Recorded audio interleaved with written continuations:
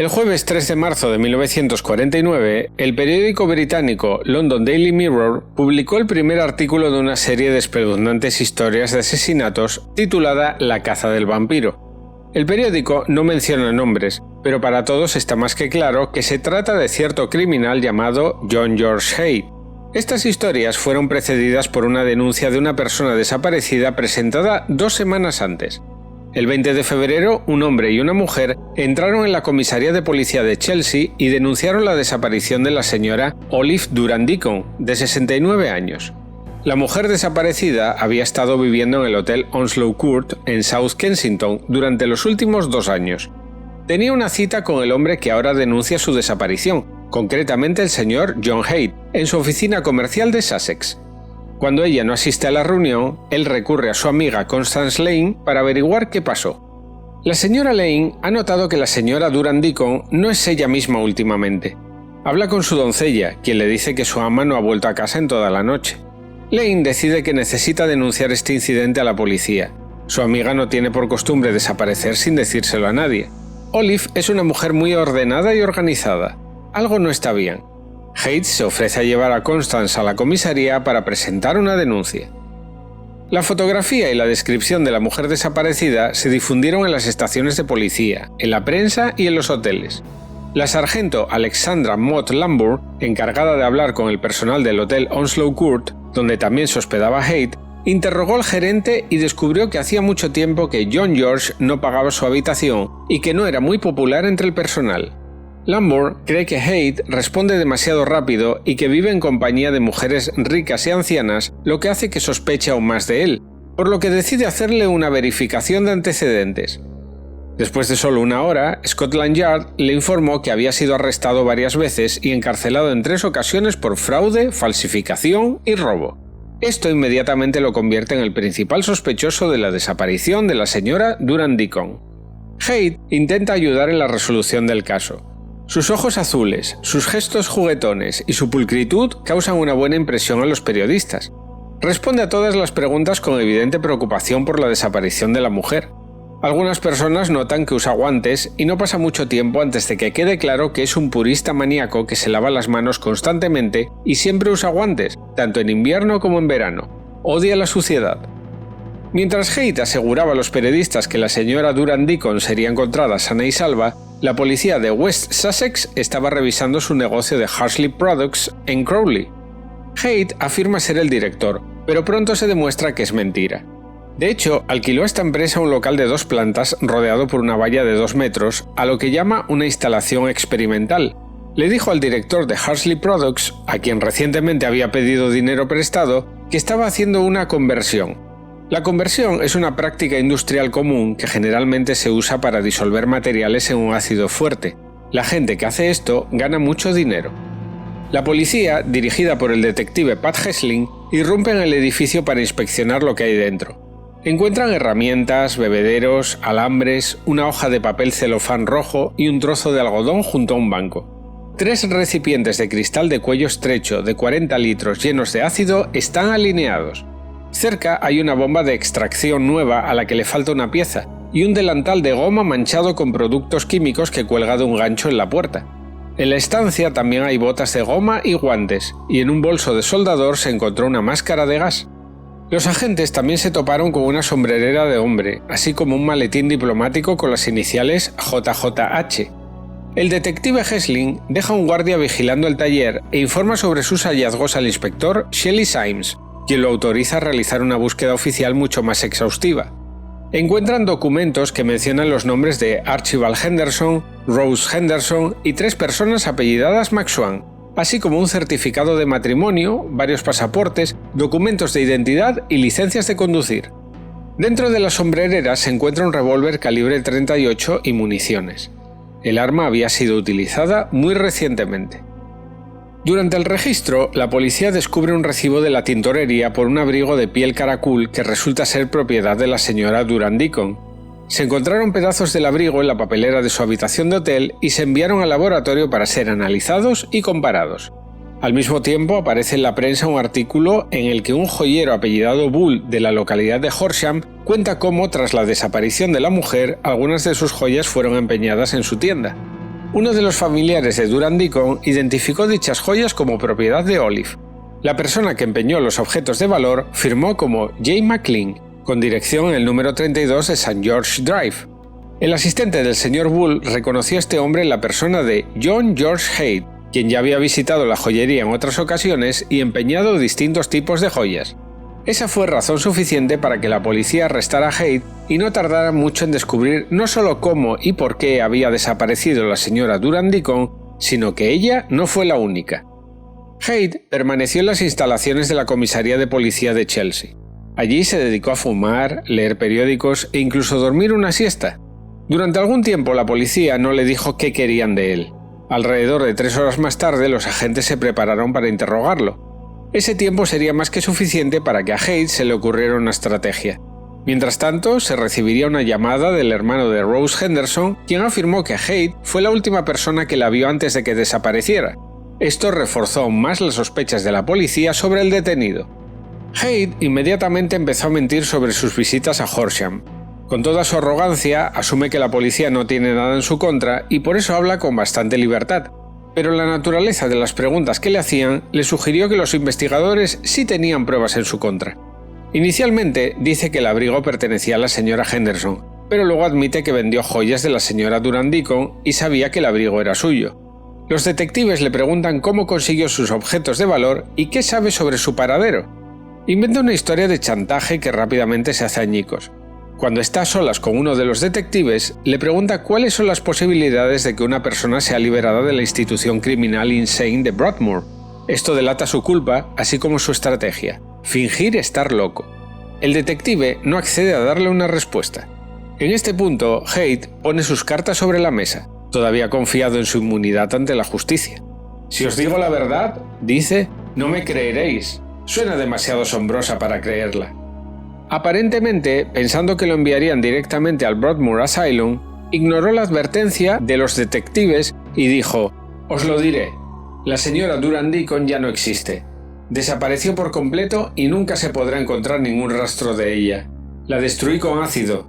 Solo encontrarán lodos que se encuentran en Leopold Road. Todo rastro ha desaparecido». Luego muestra su ingenua arrogancia al decir: «¿Cómo se puede probar un asesinato sin un cuerpo?». Esta afirmación inicialmente parece confusa, pero a medida que se desarrolla la historia de Haight, queda claro lo que quiso decir. Mientras estaba en prisión hace años, Haight discutió este punto débil de la ley con sus colegas tras las rejas. Estaba convencido de que si no hay cadáver, así entiende él el término corpus delicti, no puede haber condena. Habló de este tema con tanta frecuencia que finalmente se ganó el apodo de «el viejo cuerpo de agravios». Él cree que la policía debe tener el cuerpo físico para poder procesar a alguien por asesinato, y sabe que hay maneras de evitarlo. Fue en prisión donde Haight experimentó con ácido en ratones para ver cómo se disolvían sus cadáveres.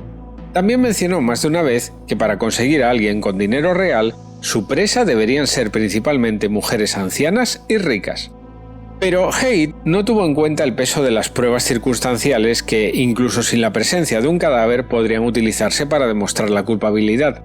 Ya ha ofrecido su confesión, lo que de por sí ayuda bastante a la policía a probar su caso. Todo lo que necesitan ahora es un poco de evidencia que lo corrobore. Tienen el abrigo y las joyas de la señora Durand Deacon. Es hora de intentar desenterrar algunas pistas del lodo ácido. Se advierte nuevamente a Haight que no hable, pero ignorando esto, ofrece un relato completo de lo que le hizo a la señora Durand Deacon. Él dicta su solicitud, cuya redacción requiere 2 horas y media. Dice que mientras la mujer miraba unos bienes, le disparó en la nuca. Luego fue a su coche, sacó una navaja y un vaso y los utilizó para drenar la sangre de su víctima y beberla. Acto seguido puso su cuerpo en un barril de ácido y dejó que se derritiera. Este crimen le supuso una recaudación aproximadamente de 111 libras y 10 chelines. Afirmó que, además de ella, mató a otras 5 personas cuyos cuerpos disolvió en ácido, habiendo bebido previamente su sangre. Sintió necesidad de sangre y precisamente por eso mató. Describe su sueño sangriento, que siempre precedió a esta necesidad compulsiva suya. Haight ha quedado cautivado por el líquido rojo desde que era niño. En 1944 sufrió un accidente automovilístico, tras el cual comenzó a soñar con crucifijos chorreando sangre. Explica que no tiene control sobre sus acciones. Haight fue finalmente acusado del asesinato de la señora Durand Deacon y permaneció detenido en la cárcel de la ciudad de Lewes. Allí confesó el asesinato de 3 personas más, una mujer de Hammersmith, un joven de Kensington y una niña de Eastbourne, y en todos los casos dijo que lo impulsó la sed de sangre. Así, el número total de sus víctimas aumenta a 9 personas. No muestra ni un ápice de remordimiento o miedo por su destino en el futuro. Sus nuevas confesiones fueron grabadas y él las firmó, pero no se presentaron más cargos contra él. Gracias a sus extrañas declaraciones, su estado mental se convirtió en objeto de polémica en los tribunales y la prensa. Sus afirmaciones de que mataba únicamente para beber la sangre de sus víctimas, sin ninguna muestra de perversión sexual, se convirtieron en un tema acaloradamente debatido. No hay otro caso como el suyo y la mayoría de los médicos que lo atienden no le creen. Después de sus confesiones iniciales, el jefe de policía de West Sussex buscó la ayuda de Scotland Yard en la forma de un inspector jefe y un patólogo. El inspector jefe Maughan se hace cargo de la investigación. Junto con el doctor Keith Simpson y el inspector Symes, visitó el almacén de Crowley donde Haight había estado llevando a cabo sus experimentos. Su objetivo era intentar encontrar más pistas. Sería una tarea difícil, pero tenía la esperanza de que el ácido no hubiera destruido todo. Las apresuradas confesiones de Haight resultaron ser su mayor error. Pero, ¿quién era Haight realmente y cómo había llegado a convertirse en una especie de vampiro asesino sediento de sangre? John George Haight nació el 24 de julio de 1909 en la ciudad de Stamford, en Lincolnshire, Inglaterra. No había antecedentes de ninguna enfermedad mental en su familia, pero su madre, Emily, afirmó que se sintió muy nerviosa en los últimos 3 meses de su embarazo. Tenía 40 años y Haight era su primer y único hijo. Había estado casada con John Robert Haight durante 11 años cuando de repente él perdió su trabajo como técnico en una empresa eléctrica. Esto puso a la familia en una situación financiera complicada y se vieron obligados a pedir dinero prestado, lo que consideraban vergonzoso. Unos meses más tarde del nacimiento de John George, su padre encontró un nuevo trabajo como encargado de las instalaciones eléctricas en la mina de carbón Loft House en Outwood, y la familia se mudó a dicha localidad donde Haight pasó los siguientes 24 años de su vida. Siempre comentó que había vivido esa época en paz y tranquilidad, aunque sin las alegrías habituales de la infancia. Sus padres pertenecían a una secta religiosa conocida como Pueblo Elegido o Hermandad de Plymouth, fundada en Irlanda alrededor de 1827, cuyos miembros eran puristas y anticlericales. Haight escuchaba parábolas bíblicas y tenía prohibido participar en cualquier deporte o entretenimiento. Esto generó en él una exagerada aversión a la suciedad. Su padre le advierte que haga lo que haga, debe tener cuidado de no entristecer a Dios. El mundo es malo y la familia debe mantenerse alejada de él. Su padre incluso construyó una valla alta alrededor del jardín de su casa para mantener alejados a los vecinos. John Haight padre tiene una marca de nacimiento azul en la frente que, según él, es la marca del diablo. Estaba marcado porque pecó y advierte a su hijo que nunca haga lo mismo. Su madre no está estigmatizada por ser un ángel y Haight ha visto la figura materna bajo esta luz toda su vida. Considera notable ser hijo de un ángel y de un pecador. Tiene miedo constante de hacer algo que le deje el sello de un pecador y estudia atentamente a quienes lo rodean en busca de marcas similares. Incluso, a menudo, se queda despierto por la noche preguntándose si la marca aparecerá en su propio rostro. Sin embargo, pronto se da cuenta de que no pasa nada cuando peca. Las pequeñas travesuras y las mentiras no hacen que su piel se cubra de manchas, por lo que entiende que las advertencias de su padre eran tan solo un cuento para meterle miedo. De niño, muestra una gran sensibilidad hacia los demás y especialmente hacia los animales. Tiene un perro y varios conejitos que actúan como sustitutos de los amigos que no puede tener. A veces da su propia comida a los perros de los vecinos y no soporta ver ningún sufrimiento ajeno. Más tarde afirmó que ni siquiera sus víctimas sufrieron nada, aunque reconoció que valora más a los animales que a las personas. Siendo niño, rara vez comete travesuras y cuando lo hace, su madre le golpea en el dorso de la mano con un cepillo para el pelo. Este castigo le hace sangrar la piel. Lame su sangre y así, poco a poco, va desarrollando una adicción enfermiza a ella. Muchos creen que inventó esto para volverse loco, pero otras personas con tendencias vampíricas también han contado incidentes similares en su infancia. Aunque asiste a la escuela, Haight va directamente a casa después de clase en lugar de jugar con los otros niños. Es un solitario e individualista. También se vuelve mentiroso. Para no preocupar a sus padres, adquiere la costumbre de decirles lo que quieren oír. El mayor interés de Haight era la música, y aprendió a tocar el piano y el órgano. también se unió al coro de la iglesia, lo que requirió su asistencia a los servicios de la catedral en Wakefield, a 5 kilómetros de su casa. Entra en un mundo religioso mucho más estructurado y dependiente de figuras de autoridad de lo que le permite su educación anticlerical. Por tanto, vive entre dos mundos diferentes con creencias fundamentalmente opuestas. De hecho, desde los 10 hasta los 16 años participó en las mismas cosas que sus padres pensaban que estaban mal y le permitieron hacerlo. Siente que puede salirse con la suya y con el paso de los años un psiquiatra concluirá que este fue el punto de inflexión para convertirse en un sociópata. A menudo meditaba ante la imagen de Jesús sangrando en la catedral y luego afirmó que esto tuvo un efecto adverso en él y que en parte inspiró su sed de sangre. A Haidt le encantaban los coches y tras dejar la escuela encontró trabajo como aprendiz en una empresa de ingeniería mecánica. Como el trabajo era sucio, permaneció allí solo un año y se fue. Después conseguiría trabajo en el ayuntamiento de Wakefield como empleado del departamento de educación, pero la monotonía de ese periodo lo irritaba. Era una etapa de su vida muy aburrida y anhelaba algo mejor. Era un muchacho muy impaciente que ya tenía una sensación de poder y deseaba ejercerla. Tampoco cabe duda de que era increíblemente vanidoso, fanfarrón y mentiroso. Tras dejar el ayuntamiento, lo intentó en el campo de los seguros y la publicidad, donde tuvo éxito durante un cierto periodo. Conoció el mundo de las grandes finanzas e incluso consiguió comprar un coche caro, un Alfa Romeo rojo brillante. A los 21 años se enfrentó a la justicia por sus supuestas prácticas fraudulentas, pero finalmente fue liberado sin consecuencias, aunque terminó perdiendo su prometedor trabajo. Según el escritor e investigador David Brieflet, en esta época Haidt probablemente estaba al tanto de un caso en Francia que apareció en los periódicos ingleses del momento. El abogado francés Meteer Sarr inventó un plan para hacerse rico rápidamente que implicaba seguros, asesinato y disolución de cuerpos en ácido. Aseguró a un moribundo y convenció a su novia para que se casara con él. La mujer utilizó otro marido falso para convencer a la compañía de seguros de que no representaban ningún riesgo para la salud. Cuando falleció el primer hombre, se dividieron el dinero. Sin embargo, el falso marido comenzó a chantajear al abogado, quien lo mató a él y a su amante. Luego colocó sus cuerpos en un barril de metal y los disolvió en ácido. Podría haberse salido con la suya si no hubiera seguido repitiendo su engaño y finalmente hubiera sido capturado y sentenciado a muerte. Si Haidt hubiera leído realmente esta historia, lo cual es muy probable, sin duda habría creído que era más inteligente que Sarr y que nunca lo atraparían. El año 1934 fue decisivo para Haidt. Primero decidió que debía abandonar su hogar. Se sentía acorralado, limitado, atrapado entre las cuatro paredes de un hogar temeroso de Dios. ¿Cómo podría enfrentarse a esos padres santos que tenían planes deshonestos en mente? ¿Cómo salir? Ese era el problema inmediato, y lo encontró por el camino que pensó que era más fácil. Se casó en secreto con una mujer que apenas conocía llamada Beatrice Hammer. Tenía 21 años, era independiente y espiritualmente elevada. Él la impresionó con sus modales y encanto, y cuando le pidió su mano, ella inmediatamente dijo que sí.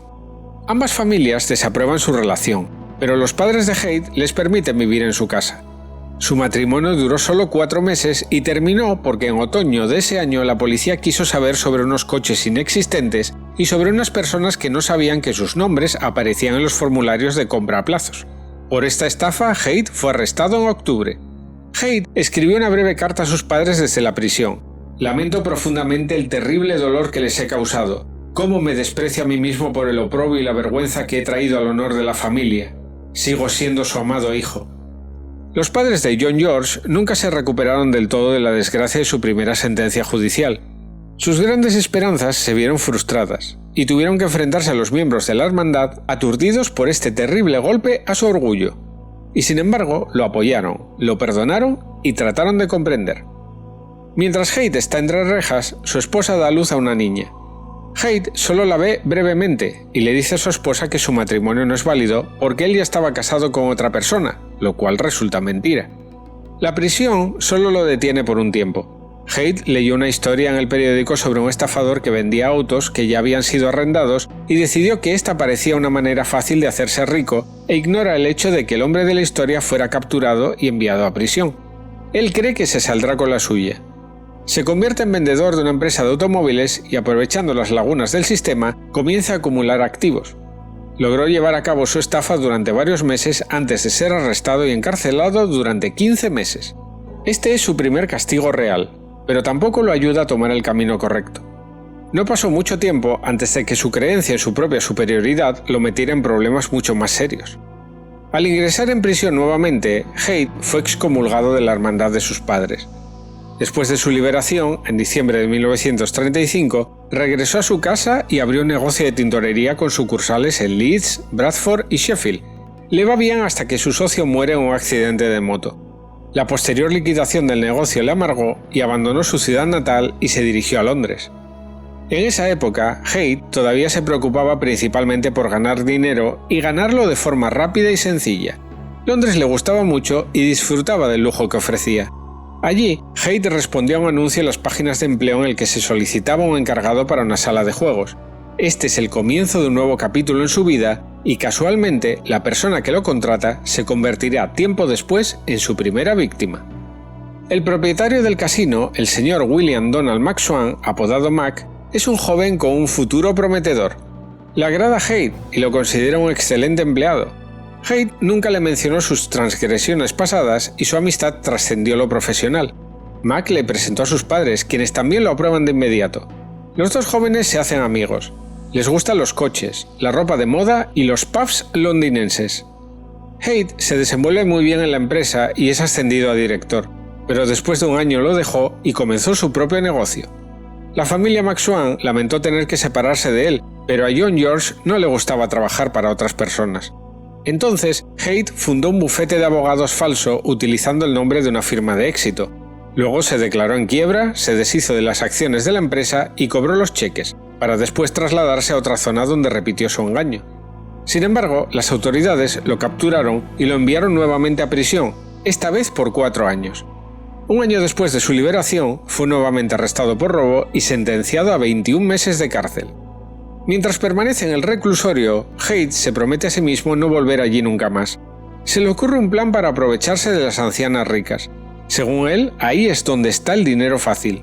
Aprendió a trabajar con ácido sulfúrico en el taller de la prisión, y experimentó con ratones e investigó exhaustivamente los efectos del ácido en los tejidos animales. Descubrió lo fácil que es deshacerse de un cuerpo si tienes una cantidad importante de ácido y un lugar apartado, y comprobó que un ratón se disuelve en apenas media hora. Cuando sale de prisión, consigue un trabajo como contador en una empresa de ingeniería propiedad del señor Stevens. Haidt vivió brevemente con la familia de su jefe, que tenía 2 hijas. La mayor, Bárbara, compartía la pasión de Haidt por la música. Los dos se hicieron amigos cercanos e incluso hablaron de matrimonio, aunque no olvidemos que él todavía estaba casado. En 1944, Haidt se ve involucrado en un accidente automovilístico en el que sufre una lesión en la cabeza, lo que hace que la sangre de la herida fluya hacia su boca. Esto reaviva sus fantasías de sangre infantiles. Ese mismo año, Haidt empezó a matar. Alquiló un sótano en el número 79 de Gloucester Road y el local parecía demasiado cómodo para resistirse. Se abasteció de barriles de ácido y pronto puso en práctica las habilidades aprendidas en prisión. Por casualidad, se reencontró con McSwan, para quien había trabajado en un salón de juegos y al que le unía una buena amistad. McSwan se alegró de verlo y lo llevó a visitar a sus padres. Mientras conversaban, le contaron a Haidt sobre su reciente inversión en una propiedad que les reportaba unos ingresos bastante dignos. Haidt escuchó con mucha atención y elaboró un plan. McSwan y Haidt comenzaron a pasar bastante tiempo juntos hasta que Mac fue visto por última vez el 6 de septiembre de 1944. El diario de Haidt, descubierto más tarde por la policía, tenía dibujada una cruz roja bajo la fecha 9 de septiembre. Es probable que en esta fecha matara o se deshiciera del cuerpo de McSwan. Dice que sintió una repentina sed de sangre y por eso golpeó a su amigo en la cabeza con la pata de una mesa. Luego le cortó el cuello. Tomé un vaso, vertí un poco de sangre de su cuello y lo bebí. Luego tuvo que decidir qué hacer con el cadáver. Haidt tenía mucho ácido en su taller y un barril de 150 litros, en el que introdujo laboriosamente el cuerpo de McSwan, quitándole primero sus objetos de valor y su ropa. Se puso un delantal y guantes y vertió ácido en un balde que luego iba utilizando para llenar el barril. Mientras lo hace, los vapores del ácido activo le provocaron numerosos mareos. Él no previó esto. La ventilación de la habitación no era nada buena y a menudo tenía que salir a tomar aire fresco al exterior. Pasaron horas antes de que el cuerpo se desintegrara por completo en el líquido hirviendo. El ácido inicialmente frío se calienta enormemente debido a su reacción con la humedad del cuerpo. Haidt tapó el barril, cerró su taller y se fue a casa. Mientras dormía, su antiguo jefe y compañero de copas se estaba convirtiendo en una masa viscosa. Haight regresó al sótano 2 días después para comprobar cómo iba su experimento. Destapó el barril y miró dentro. Observó una sustancia viscosa negra, veteada, de venas rojas. Con un palo de madera revolvió el líquido viscoso para comprobar si Max Swan se había disuelto por completo. La mezcla es más espesa de lo que esperaba, pero todavía lo suficientemente líquida como para tirarla por el desagüe, algo que hace inmediatamente. Para su disgusto, todavía quedan grandes grumos en el fondo del barril, que tiene que sacar y empujar con esfuerzo a las tuberías de desagüe. Una vez hecho todo el trabajo, se dedicó a limpiar el barril a conciencia. Al darse cuenta de lo difícil que es respirar bajo el ácido, Haight se haría una máscara para proteger su rostro en el futuro. Además, adquirió una bomba con la que extraer el ácido del barril más fácilmente. Tan pronto como terminó su tarea, Haight sintió una sensación de euforia. Mató a un hombre y nadie podría culparlo jamás. El cuerpo nunca sería encontrado. Ahora era el momento de aprovechar la fortuna de Mac, por lo que Haight visita a sus padres y les dice que su hijo se fue para evitar ser reclutado en el ejército. No dudan de su palabra, ya que Mac había dicho muchas veces que preferiría hundirse en el suelo antes que ir a luchar al frente.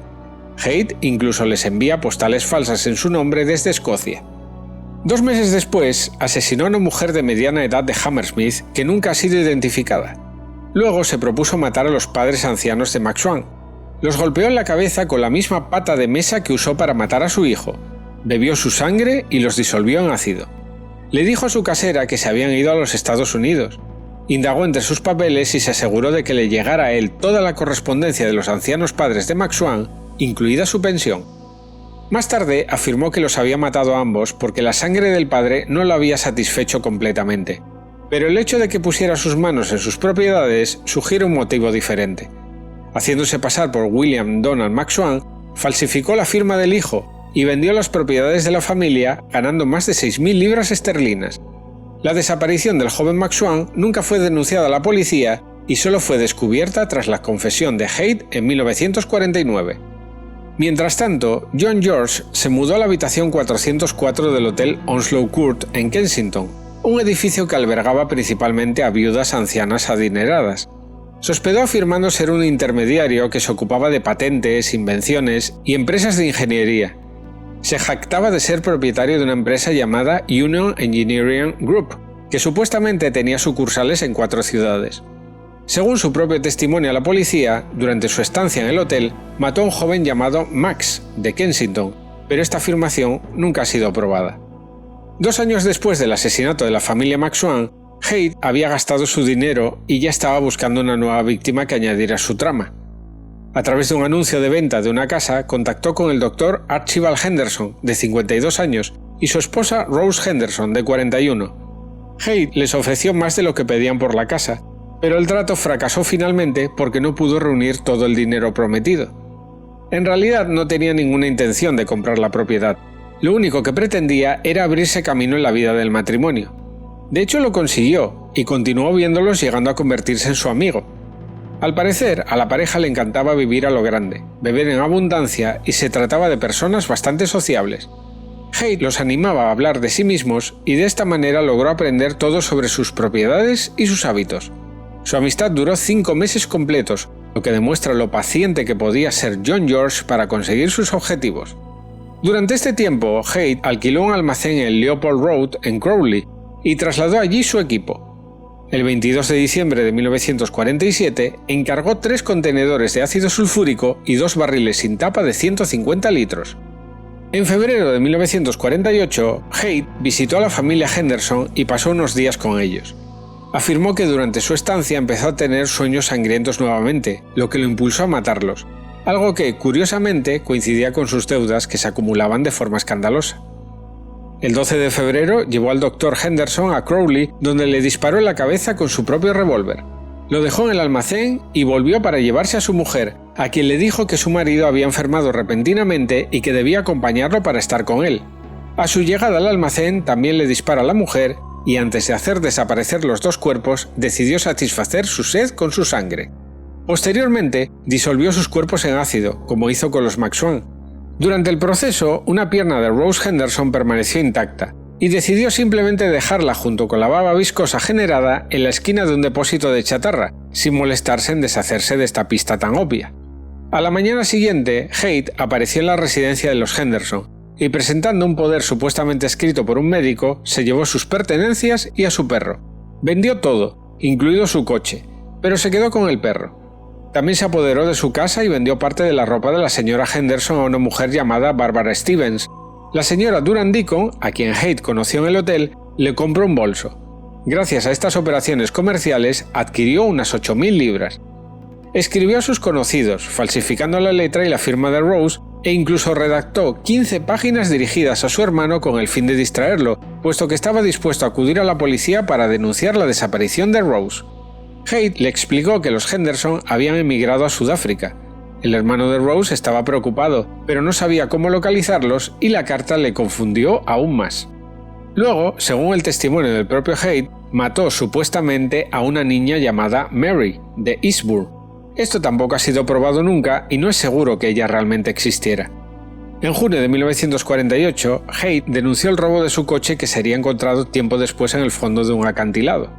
Unos días más tarde se hallaría cerca el cuerpo de una mujer no identificada, pero la policía no cree que los dos incidentes estén relacionados entre sí. Lo que sí estaba claro es que el auto estaba bien asegurado y usó el dinero del seguro para comprar uno nuevo.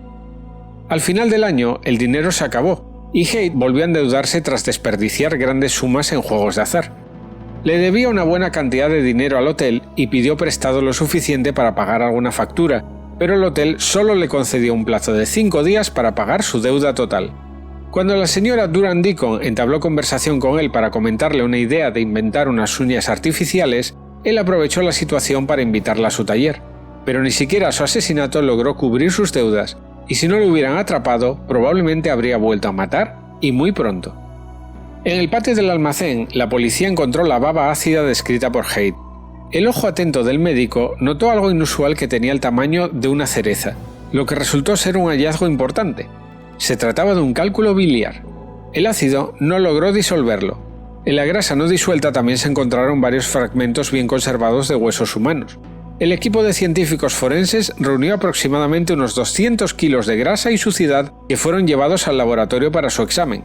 También se llevaron uno de los barriles en cuyo fondo se encontró la misma sustancia, así como una horquilla. Se observaron pequeñas salpicaduras de sangre en el interior de las paredes y fueron fotografiadas cuidadosamente. Luego se raspó el yeso y se recolectó para su análisis. El examen mostró que la sangre era humana, pero no se pudo determinar su grupo sanguíneo. La baba fue examinada durante 3 días y en ella encontraron 13 kilos de grasa humana, 3 cálculos biliares, parte de una pierna izquierda incompletamente descompuesta, 18 fragmentos de huesos humanos, una dentadura postiza inferior y superior totalmente conservada, el asa roja de un bolso y lápiz labial. Las prótesis dentales resultaron ser un hallazgo importante. La policía acudió al dentista de la señora Durand Deacon y este confirmó que se trataba de su dentadura postiza. Los huesos descubiertos indicaron la presencia de osteoartritis en las articulaciones. Pronto se descubrió que la señora Durand Deacon padecía esta enfermedad ósea. Además, la policía tomó un molde de yeso del pie izquierdo encontrado y coincidía perfectamente con los zapatos de la víctima. También se hallaron salpicaduras de sangre en el abrigo persa de la señora Durand Deacon, así como en las mangas de una de las camisas del señor Haidt. El asa roja resultó ser del bolso de la señora Deacon, el mismo que llevaba consigo cuando fue a Crowley con Haidt. El resto del bolso sería descubierto más tarde en el patio, aparentemente arrojado allí por Haidt. La policía también encontró testigos que vieron a la anciana con él el último día de su vida.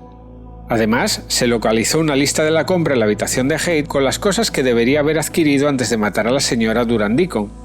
El Dr. Turfitt, del laboratorio criminalístico, decidió experimentar con ácido sulfúrico para probar las teorías de Haidt. Utilizó una pierna humana amputada, una pata de oveja y otros materiales orgánicos y descubrió que el ácido actuaba a diferentes velocidades dependiendo de la cantidad de líquido en los materiales. La grasa resultó ser bastante resistente y aparentemente fue el exceso de peso de la señora Durand Deacon lo que ayudó a preservar algunas de las cosas encontradas en la baba. Solo un mes después del arresto de Haidt, la fiscalía ya estaba lista para el juicio. No tenía dinero para pagar su defensa, por lo que el periódico News of the World llegó a un acuerdo con él y le ofreció pagarle a su abogado si les concedía una exclusiva. El 1 de abril de 1949, la Fiscalía presentó su caso ante los magistrados de Sussex. Haight estuvo presente en la sala del tribunal y parecía encontrarse cómodo bajo la atención mediática que lo rodeaba. Su abogado defensor no presentó pruebas durante los 2 días del proceso. Él y los fiscales acordaron ocuparse únicamente del caso del asesinato de Durand Deacon y abstenerse de mencionar las afirmaciones de Haight de que bebió la sangre de sus víctimas. Por su parte, Haight esperaba confiado recibir 10 años en una institución mental. Leía en prisión los artículos periodísticos exagerados que lo describían como un vampiro sediento de sangre y estaba más que feliz de desempeñar ese papel. Para agregar más morbo a su imagen ya de por sí macabra, bebía su propia orina mientras permanecía encerrado en su celda.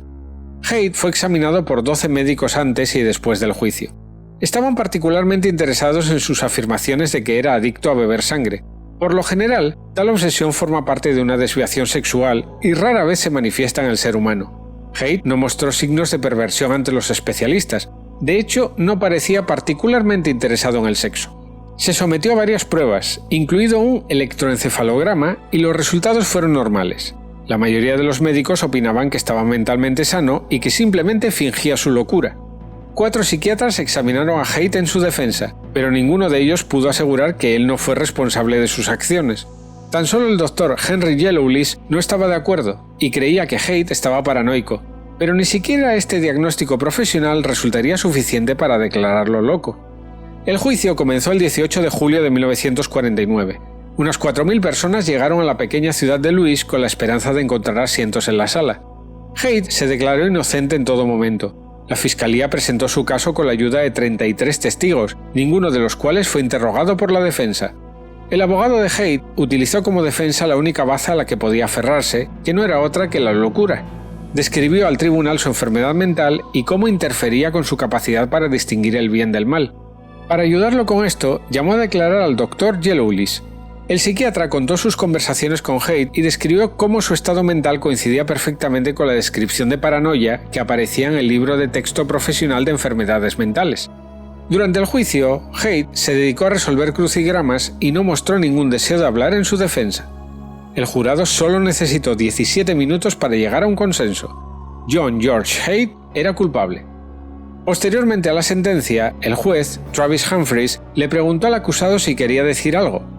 Haight levantó la mirada un momento y contestó: «Absolutamente nada». Acto seguido sería condenado a muerte. Haight comentó sobre el juicio: «Cuando Sir Travis Humphreys me condenó a muerte, no podía parar de reír.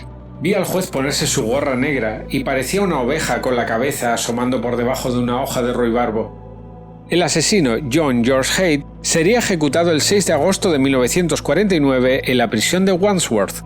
Legó su ropa al Salón de los Horrores de Madame Tussaud, donde se erige su figura de cera, y envió instrucciones de que durante su exhibición siempre debía estar arreglada, con los pantalones planchados, el cabello peinado hacia atrás y las mangas a la vista. De esta manera, Haight consiguió su lugar en la historia junto a otros asesinos famosos inmortalizados en cera. Años más tarde, cuando vivía en su cuidada villa de Leeds, destrozada y desconcertada por el destino que había alcanzado su único descendiente, la señora Haight, de más de 80 años, dulce, de cabello blanco y de aspecto bondadoso, seguía convencida de que aquellos meses de tensión y desesperación en el momento del nacimiento de su hijo fueron la causa de lo que ella creía que era la enfermedad mental que lo convirtió en un asesino. Durante toda su vida, Haight sufrió un sueño recurrente. Hablaba de un bosque de crucifijos que poco a poco se convertirían en árboles y gotearían sangre. Veía a un hombre que recogía la sangre en una copa, pero siempre se despertaba antes de poder beber. Fue este sueño, confesaría Haight a la policía después de su arresto, lo que le hizo creer que necesitaba sangre para vivir. Si quieres que el canal siga adelante, dale like al vídeo, compártelo y suscríbete al Club de los Caminantes del Terror.